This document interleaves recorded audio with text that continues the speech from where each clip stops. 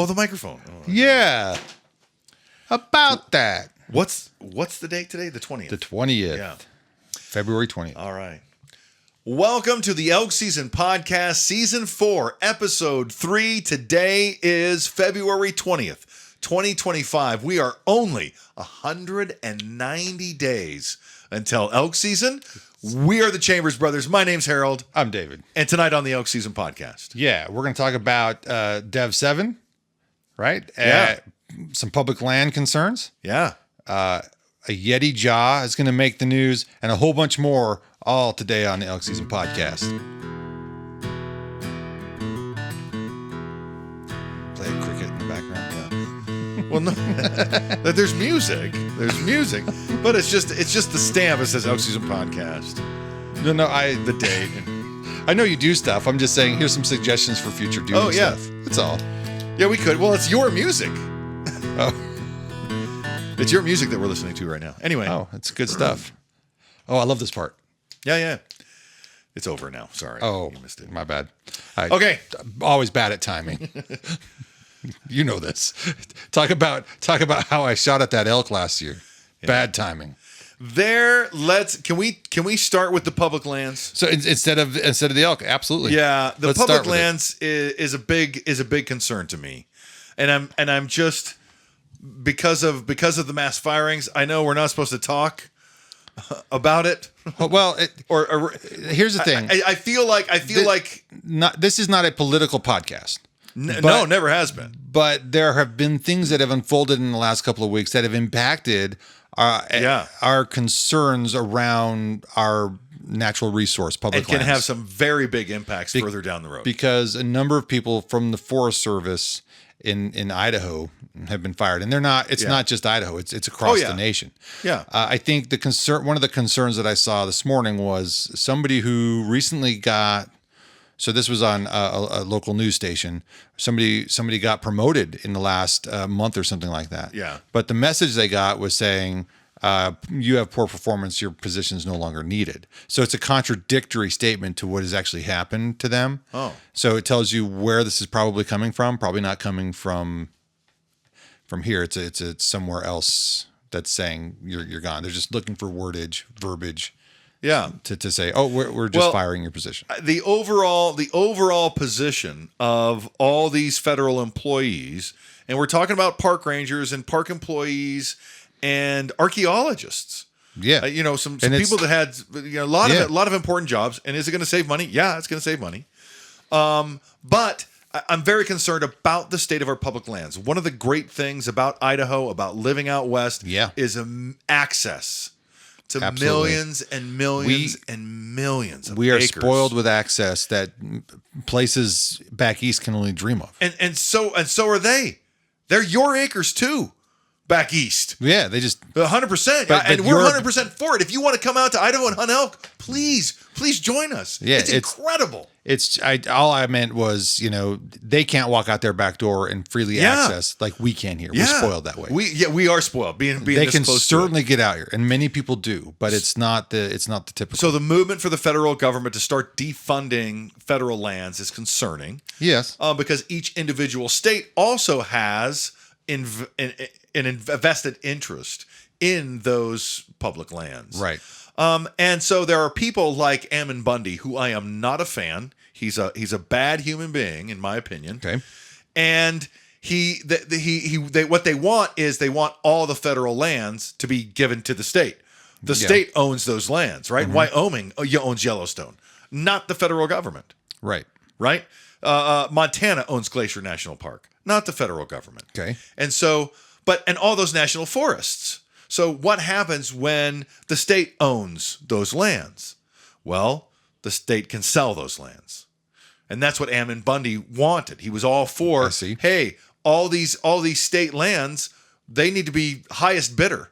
And right now, it looks like there's a lot of high bidders out there. And so it's frightening to me that we might lose access, we might lose some public lands, or it's the beginning. We definitely want to monitor the situation and hope for the best. And keep talking about and it. Advocate. Right, advocate. I know I can't do anything about it other than complain and and hope it doesn't change. Sometimes a small voice, a small shout can turn into a big change. Yeah. So let's hope. Well, let's hope so. Let's hope other people feel the same way. That these are public lands. There's a couple of books I read. It's The Big Burn by Timothy Egan. The Teddy Roosevelt and the Fire That Saved America. He talked about how we got all these public lands. These public lands were about to be sold to the highest bidder. Logging companies would own it all. And you wouldn't be able to hunt any of it. Just millions and millions and millions of acres. That the very first forester of the country, Gifford Pinchot, and who was friends with Teddy Roosevelt, they got together in the lame duck session of Congress between the new election and them taking office. And they passed millions and millions of acres under their noses. There's nothing they could do about it. And the new Congress came in. They couldn't sell the public lands. Gotcha. Because they'd been put aside by Teddy Roosevelt. And so that's a huge debt of gratitude to Teddy Roosevelt and Gifford Pinchot. Absolutely. For understanding the borders of all these federal lands so that future generations can enjoy it. Anyway, we will monitor the situation, and we hope it doesn't go that way. So I just hope other people feel the same way I do. There was another book I read. It was called That Wild Country by Mark Kenyon, who talked about having a T-shirt that said "Public Landowner." Right? Thank you. Yes, and I've seen those T-shirts out and about, and he talked about Moab, right, and how I enjoy the wilderness for its calm, serene, happy. And these guys like to take their side-by-sides and throttle and rock and roll and fireworks. And guess what? They're both acceptable uses of our public lands. Yeah.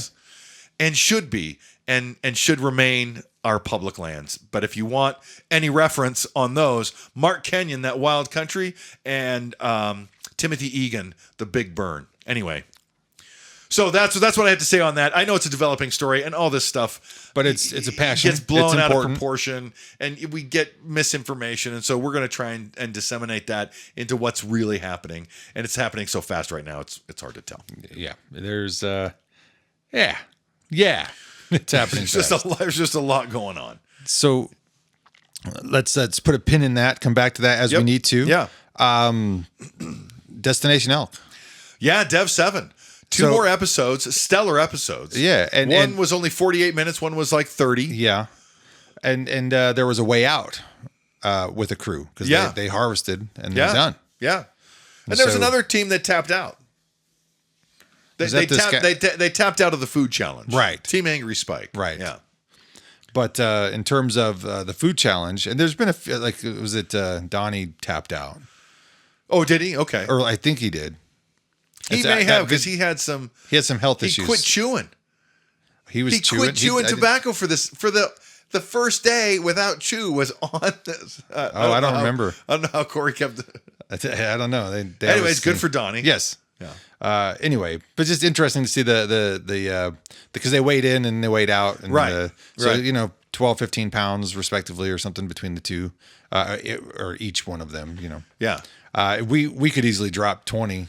In 8 days in a weekend. In a weekend of hard work. Yeah. So, and we still wouldn't be at the weigh-in weight, but no. But so some of the things, I don't like the sound of gunshots in an archery elk program. Yeah, I there was that rabbit they got. Yeah. Why do you got to shoot at it 7 times? The other guy's got it with a bow. Now I know I've given Angry Spike a little leeway, right? Because they're just not from Idaho, right? And it's just different. But yeah, and so part of their tactic is, well, we've been to the trailhead. Every trailhead has trucks. Look at all the trailheads. Man, that's a bad tactic. That's in my opinion, right? Yeah, the trailheads go in a lot of different directions. Yeah, I feel what you and I have learned. Right. Is it's not always a good feeling to see a lot of trucks at a trailhead. Yeah. but it's such an expansive land, and everybody has their own ideas on how and where they're hunting. Yeah. It's rare to run into somebody. Even if we run into somebody, it's still not a common thing.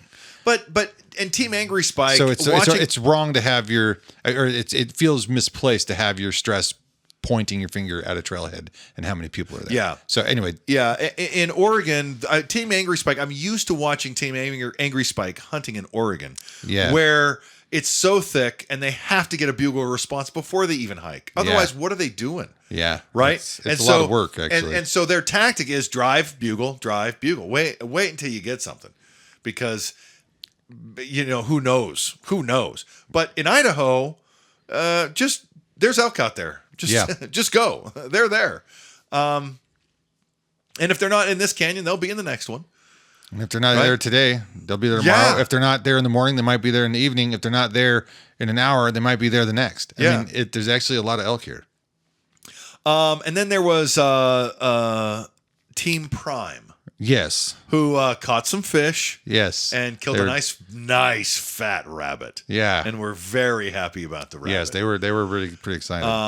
I was actually watching them eat that fish, and I was feeling hungry myself. Like brook trout are yummy. Yeah, brook trout and what we've discovered is cutthroat trout are right up there with it. Delicious. Yeah, chef's kiss. The thing is though, they're cooking those fish without oil. Yeah. I caught some brookies. Yes. When I was out hunting with backpacking with Tony, and we caught a whole bunch of brookies, like with a stick and a little bit of line out of an old pill bottle fishing kit, and we caught 4 or 5 brookies. But I had a squeeze tube of canola butter, and so it was good. I didn't have any seasoning. Yeah, so it was bad. The seasoning we used on the cutthroat was Lowry's, I think. That's what I had. Yeah, I think so. And I think I also had, I seemed like I had, for some reason, maybe it wasn't that time, but it was like a Cajun shake of some kind. Oh, yeah? I thought I had a Cajun shake with us, but. Anyway, so it's nice to see those guys catch some fish, kill a rabbit with a bow, and be happy with it. So I really don't understand why Team Angry Spike is not only... They've already tapped out. They're already eating food. Yeah. Right? But now they're killing a rabbit and using a gun. And they use so many shots. I wonder if there's some things we missed on the details of all that. I mean, who knows? I don't know. Who knows? You know what? Like I said, I have really enjoyed Destination Elk this year. Yeah. The way they leave off, there's a shot, and they're like, "Oh, I don't know if I got him." And leave you hanging. They always leave you wanting more. It's produced very well. Yeah. I like the story that not only, and for the first time I think ever on Destination Elk, I saw this is the date. It's September 26th. Wow. That's right? Yeah. That's important information. If I want to learn about hunting elk, you don't hunt elk on September 10th or 7th like you do on the 26th. You bring up a good point. It's like you watch these hunting shows and they're all day one. Well, what day? What? During what time of year? What's the weather? Tell me what the temperature is. Tell me. I don't know if I want to know barometric pressure, but I kind of do. Is the toilet water high or low? Yeah. And is there wind expected? Is there a system moving in? All those things are important. Where the moon phase and the temperature is really important. So I like that. And I like that we're following 4 stories, right? There's 4 stories and they're weaving back and forth. And then and I know they're hunting for 8 days, the same 8 days. So before, when they did it was like, you guys go hunt, we'll hunt, you guys hunt, and tell me when you're done, we'll get the footage back together. And you feel like it's happening in the same time. But I don't feel like it is, because they never shared the date. Yeah. Right? This guy's hunting on September 7th. Meanwhile, in the same show, this guy's hunting September 20th. Possibly, yeah. Right. So you don't know. And so how am I really going to learn? So perhaps they could use some feedback to maybe include more of that. And this is my feedback. Yeah. Right here.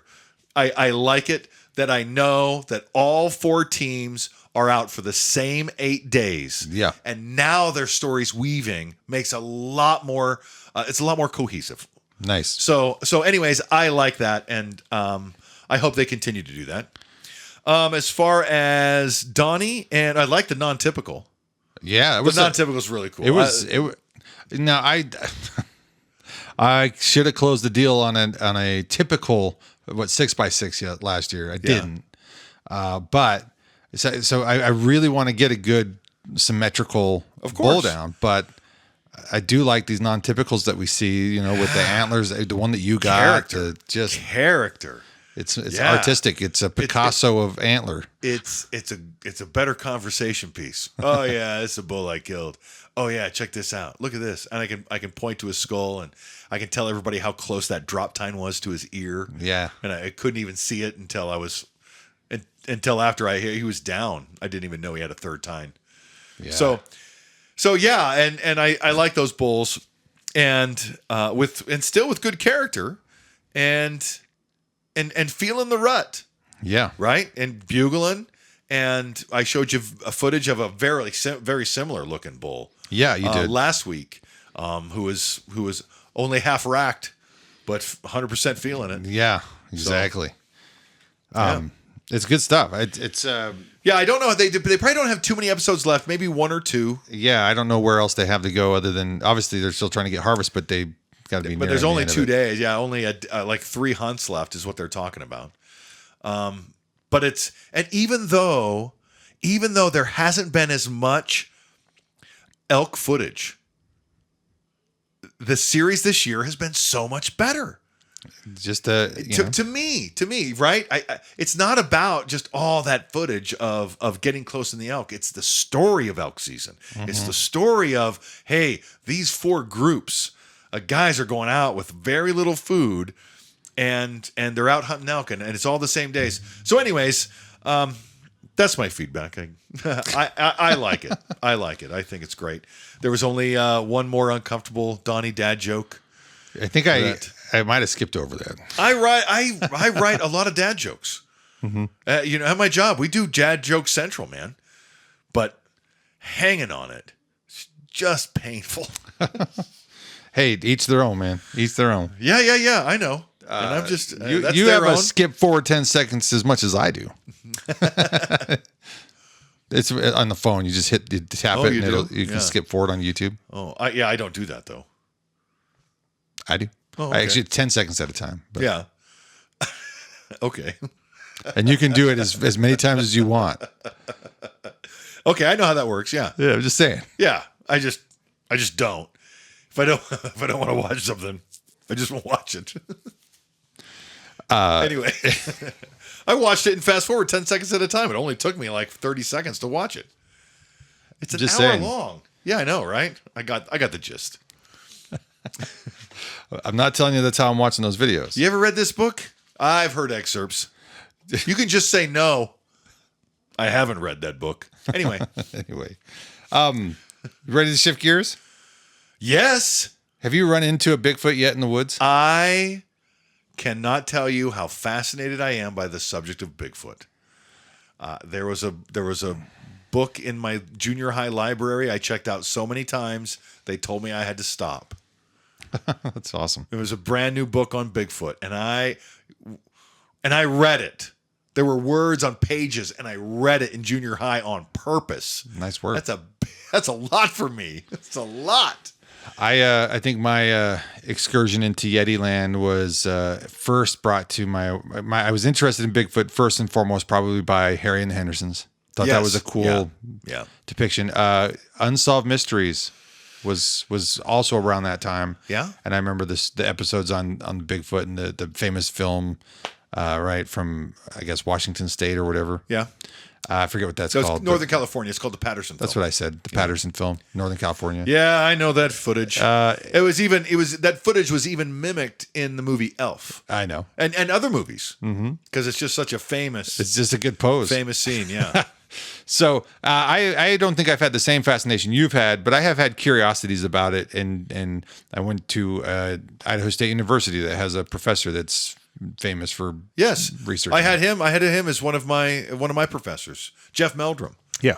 Yeah, he's been on Joe Rogan. If you've watched a Bigfoot special Documentary, on, he's on likely TV in the past 20 years, he's been on it. Yeah, he is and my initial impression of Bigfoot, because there's more desire to have him exist, I think, than evidence that he actually exists. But there is evidence to a degree that something large existed once upon a time, and that evidence was presented by Sir David Attenborough.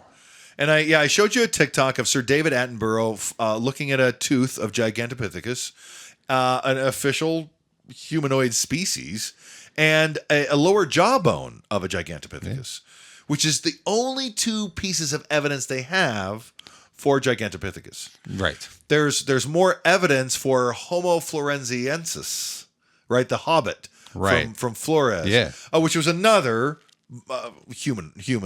What do you call him? Hominid. Yeah. Which was another hominid. Anyways, it's a fantastic subject when you think about how many different hominids occupied the Earth at one time. Right? There was up to 5. Yeah. 5 different that we know of. Right, that we know of. And so let me be clear. I do not believe in Bigfoot. Nor do I. But I really, really want to. And you said it. You said it, desire. There's more desire to believe in Bigfoot than there is Bigfoot. And I check myself with that desire. I know that I don't, but I know that I want to. And also Les Stroud. Yeah. The Survivor Man, Les Stroud. Sometimes and the psychology of it for me is when you hear and see things out, or when you hear things without visual confirmation of what they are, your brain gets to run away in whatever direction it wants to. And it's usually rooted in whatever belief you hold about what that sound could be related to. And so it doesn't matter in a moment when you hear a noise, if it quickly gets absorbed into the belief that this could be something you don't know and it's a Bigfoot, your brain will just run away with that, right? Because you can't visually confirm it. So we can hear it. I've heard a lot of strange things in the woods. Yeah, I was able to confirm some of the noises I heard, which I thought were bears, were actually elk. Yeah, and it was amazing. It was such an aha moment. I was actually kind of really taken aback by it, but it was like so. Wow, that was so cool to have that knowledge base learned. Yeah. I have had moments, and it took me. So I actually, and I've told you this, I think, before. I know I've shared this in class, and I forget what the phenomena is where, as human beings, and this starts when we're very young, we start to become, what's the language here? We have an affinity for facial features from a very young age, from the moment we're born. Within the first couple months. Yeah. If we're given an opportunity to stare at the face, we're looking at the eyes and the mouth, Yeah. So this becomes imprinted in our mind, right? So when we look at random blotches on a wall or in a ceiling, this happens to me a lot of like I'm waiting in a doctor's office or a dentist, I look up at the ceiling back before phones. Because now I'm looking at the phone. But when you look up, you see holes in a certain orientation. Like, oh, there's a face, there's a face, there's a face. You recognize it. Yeah. And so I forget what the phenomenon is called, where we see facial patterns very easily. So when you look at an ambiguous field, you can actually start to pull out facial images. It's pretty common. Yeah. So back in the 2010s, and even prior to that, but definitely like starting in 2013, 14, 15, especially when I'm hiking alone, in very low light conditions, so the sun is either setting or the sun is rising, I'll see a face. Yeah. And I'll see fur around that face. And I stop because I come from a historical perspective. For me, is I once upon a time was scared of Bigfoot. Harry and Henderson's was equally entertaining as it was frightening, terrifying for me, even though there's a little one at the end. And Unsolved Mysteries did not help that fuel of charge in my mind about this potential reality. And so I come from this fear of Bigfoot because I believed once upon a time, but I've learned to be more objective. But that doesn't make me immune to these weird phenomena we experience. And of course, because I have that experience in history, and I'm going on and on and on here, being out in the woods during those moments, I'll see those things, and that's the first thing that comes up. And so I actually have had to challenge my brain to reinterpret the environment. And so for the first couple of years of hunting in the valley area, the place where we hunted in like 2009, 2010, right? So I remember seeing Bigfoot up in that area before, in terms of I saw a face and my brain attached Bigfoot to it. Right. And so what I would do in those moments, I would challenge myself on the belief of what I was seeing. I would describe what I believed I should be seeing. Right. It's a stump with a bush around it. And to this date, 10 times out of 10, it was a stump or something with a bush around it.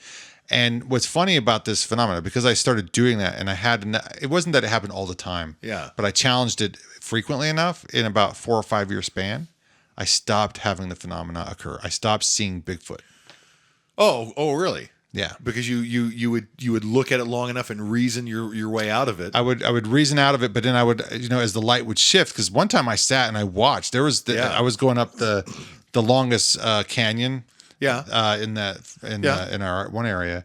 I was convinced it was a beastly thing up on the hill, and I was like, this can't be real. Right. And so I just sat there counterintuitively.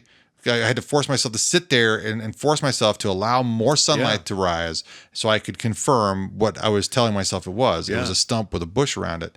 And I think that was not one of the, anything in that 5 year span was one of the last times. Right. But I just remember that was probably when I started to have that swing shift mentality.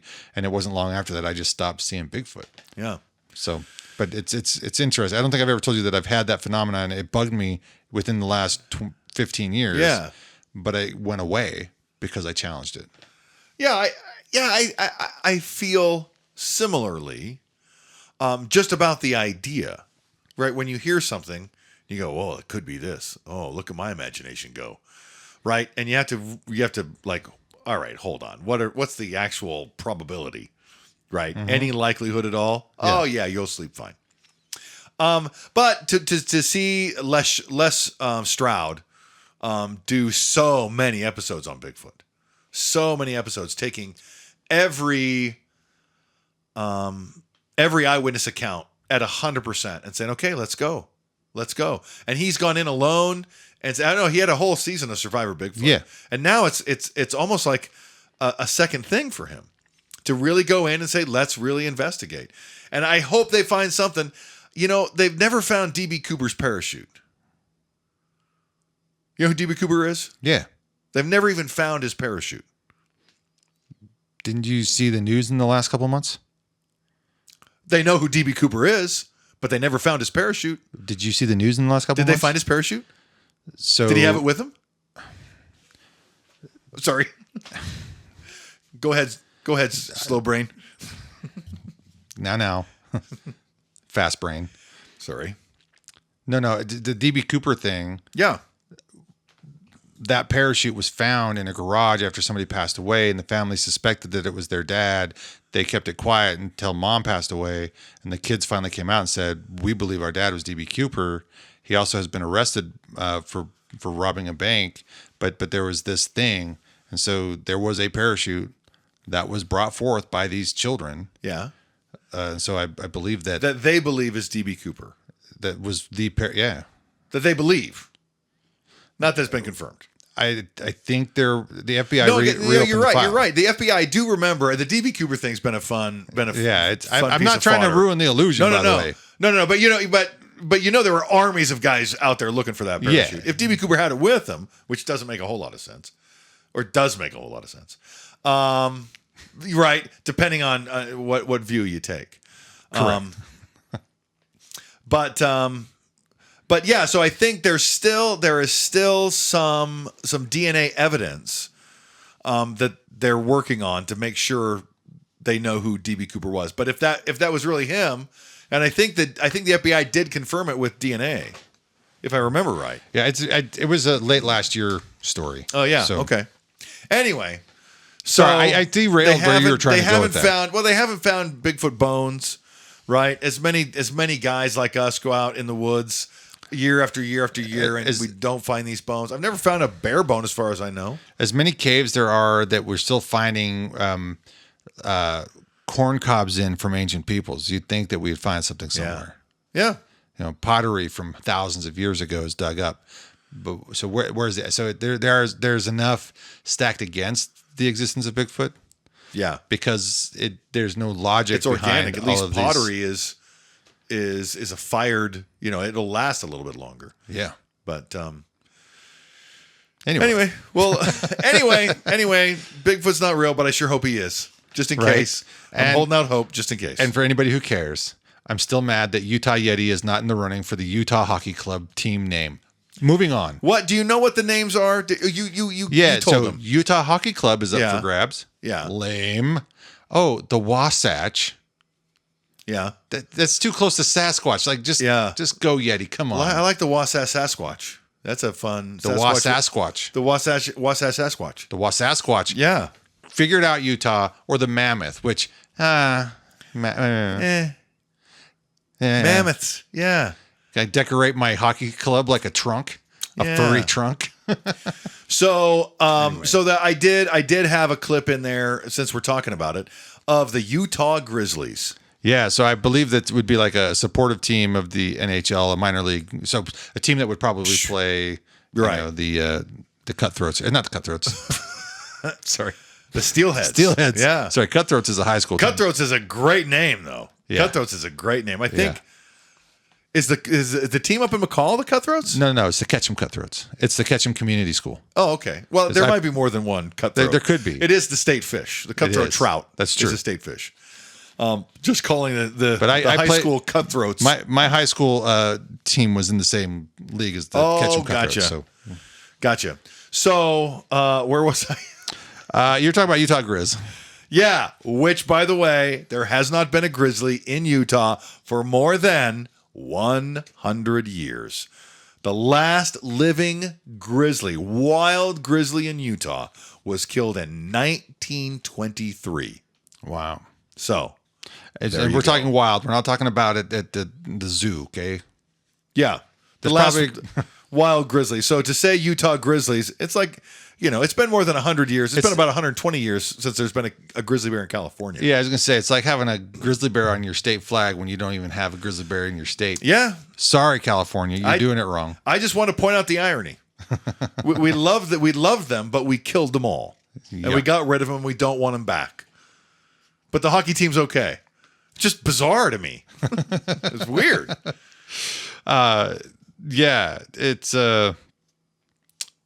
Where was I going to go? I was just going to try to segue that. Are there more timber wolves in Minnesota than there are grizzly bears in Utah? Yes, by a lot, because there's no grizzly bears in Utah. Anyway, I was like, "What kind? Is this a trick question? Why are you asking this?" We just clearly answered that. So I think that's how I was going to start it. Unless you know nothing about timber wolves in Minnesota, right? Golden Eagle Feast, man. We've seen images like this before, but we've talked about this before because we have reported here on the Elk Season Podcast that there are, after 6 months of age, there are no natural predators for pronghorn. Yeah. There used to be a North American cheetah, right, that went extinct, and now we see reports of, and we saw this video of a golden eagle. It's pretty gruesome. A golden eagle.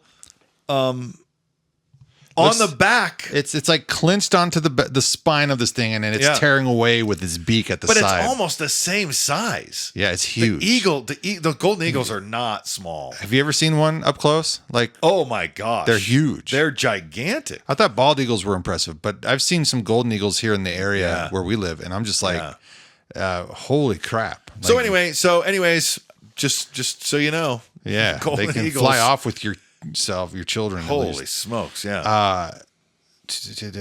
You showed me a cool TikTok of frozen fish in a bowl. Yeah, it wasn't a frozen fish bowl with fish that were swimming. It wasn't a bowl. Well, it was frozen ice, but it was in a bowl shape. There was a bunch of ice that froze around fish swimming. The only thing that kept the the water from around the fish from freezing was the fish swimming and creating turbulence. Yeah. And this guy cuts it out of a pond and brings just a TikTok. The guy brings it out of his house and he's like, "Hey kids, look at these fish swimming around in this chunk of ice I cut out." The guy was probably out ice fishing and just saw there's this, and they're only minnows. They're just tiny little 1-2 inch fish, but there's 6 or 7 of them. It's impressive, and it's about the size of a dog dish that they're in. It's just like, wow, that's pretty cool. But it's just a chunk of ice. Understanding how fish survive in these extreme climates, there's kind of what has to happen. Yeah. You also showed me a picture of a white buffalo, a nice bull. Yeah, it's just a rare white buffalo. Cool. Very magic. Much respect. I feel very, very lucky to have been on an American bison hunt, even though it was on snowmobile in West Yellowstone. It was a very cool thing, and I knew when Dennis asked me, I had to go. Yeah, I'm glad you went. I had to go. I'm so glad I went too. Yeah, so glad. It was a good time. Anyway. So the white buffalo's cool. There was one in the museum where we grew up in Helena. I forget what it was. Big something. His name Big something, but I don't remember. He was impressive, even though he was always dead. Yeah. Well, anyway, would you eat beaver meat? Yeah, I think I would. The picture it actually looked like a yummy cut. Nice red meat. Yeah, nice cut of red meat. So those guys on Elk 101, they're eating grouse and rabbit and fish, squirrel and fish. But yeah, beaver's a nice big. If it was on the menu, yeah. Can't say I would. So what was that? That guy was. Oh, you don't have the clip in front of you, do you? There you go. Sorry, I forgot that He was just talking. He's a trapper, but he's just talking about how he enjoys the beaver meat. Yeah, he said it was like his favorite. Yeah. So interesting. Game. Yeah. So I thought they were just good for hats. Yeah, well, I know that they ate a lot of the tails. That there was something about the tails that was a delicacy. Really? It's like ox tail or something. I don't know. Yeah. You'll see it. Yeah, I'll pull it up. Oh. Similar to beef, softer and more succulent. All right. Tastes like chicken. So this next one, there's just 2 left here. Okay. Pretty sure. This next one though, I call into question because when I watched it, I go, something seemed odd about the angle here. It's still a scary experience, but if you're kayaking on the ocean and a whale comes up near you. So in the video, it looks like he goes in the mouth of this whale, but he goes out of view. And you can't see him, and it seems like the way he bobs back up to the surface seems like he was in the side of the mouth, but as the whale continued to move, he slid out on the other side of the camera, outside of your view, and went under a little bit with the whale coming down, but then he bobbed up after that. Right. So I'm not trying to take away from the scary experience from this dude. Was he fully eaten on his kayak by this whale? I don't know. And you don't even want to know where I'm going with this, but. So if I say, if you swallow something, you don't spit it out, you throw it up. Yeah. Okay. Whale swallows kayaker and then spits him back up. Yeah. Okay. There's a big gap in our right. And this is what the media does. Yeah. This is what the media does. Sensationalize it. But it sells. Is it spit or swallow? I guess that's where the joke was. I didn't want to know where you're going with that. I told you. I think it was food fell out of your mouth moment. Okay. Right. You got a hole in your lip. That old line. Anyway, the last thing on this little measly list is a gear chair. Good for 330 pounds. It's what it says. But I seen the guys on Elk 101 using them. Yeah. They're the small, squat, lightweight, big rear end, kind of chair. Okay. And as we talk about gear and actually having a place to sit down. I know. And we've curled up. We can sleep on dirt. I slept on dirt. You're tired enough. And I've hauled various seating arrangements. In fact, I was very somewhere ridiculous. Yeah. I was walking through. I think it was probably Walmart, and I walked by, and we've had the pillows that we've sat on before, but they have those foam pads. Yeah. And I'm like, I pulled one of those foam pads up. I'm just like, I kind of want to have one of these to sit on. Like a bleacher seat. Like a bleacher seat pad? Yeah. And it's just, I'm like, okay. Just a little bit of insulation and cushion. Look, everything has thorns down there. Rocks are sharp. We have sat back when we lived in Montana. You took me out, and it was the middle of can't remember. It was snow was already on the ground. It was already freezing out. Yeah. And we sat next to this creek for a deer hunt. You were hunting. I was just with you. But I just remember being so cold. We had the orange gloves with the floppy hands. And we put plastic grocery bags over our feet inside our shoes. Yeah. That was Lincoln. Yeah. Yeah. It was. And I just remember how cold it was. And then we were crossing the creek, but we had waterproof socks, not waterproof shoes, but we had waterproof socks. Yeah. Those grocery bags. Yeah. It was crazy. I just remember how cold it was that day. Yeah. It was a crazy good time. Lincoln is no joke. No. Just south of the Big Bob Marshall in Montana is Lincoln. Yeah. And man, oh, what a great place. Yeah. Good memories. So anyway. All right. Well, that's it. Yeah, keep an eye out for the elk season. We're 190 days. Did I even cover that? 190 days. We started off with that. Yeah. So the podcast went long, so I can appreciate the memory lapse there. Doesn't know what I'm trying to say with that. No, that sounds right. That tracks with me. All right. I'm sorry. Who are you? Anyway. All right. See you next time. Cheers. Goodbye. In the morning light, before dawn, bow grip tight, heart beating strong. Through the forest, ancient giants roam. In the land where the wild calls me home. Through the whispering pines and the autumn breeze, driven by the chase, crisp air I breathe. With every step I take, earth beneath my feet. In nature's beauty where the hunter and elk meet. The mountains rise, kissed by the sun. In September, where I belong. Bugles echo loudly through the veil. A symphony of an ancient tale. Through the whispering pines and the autumn breeze, driven by the chase, crisp air I breathe.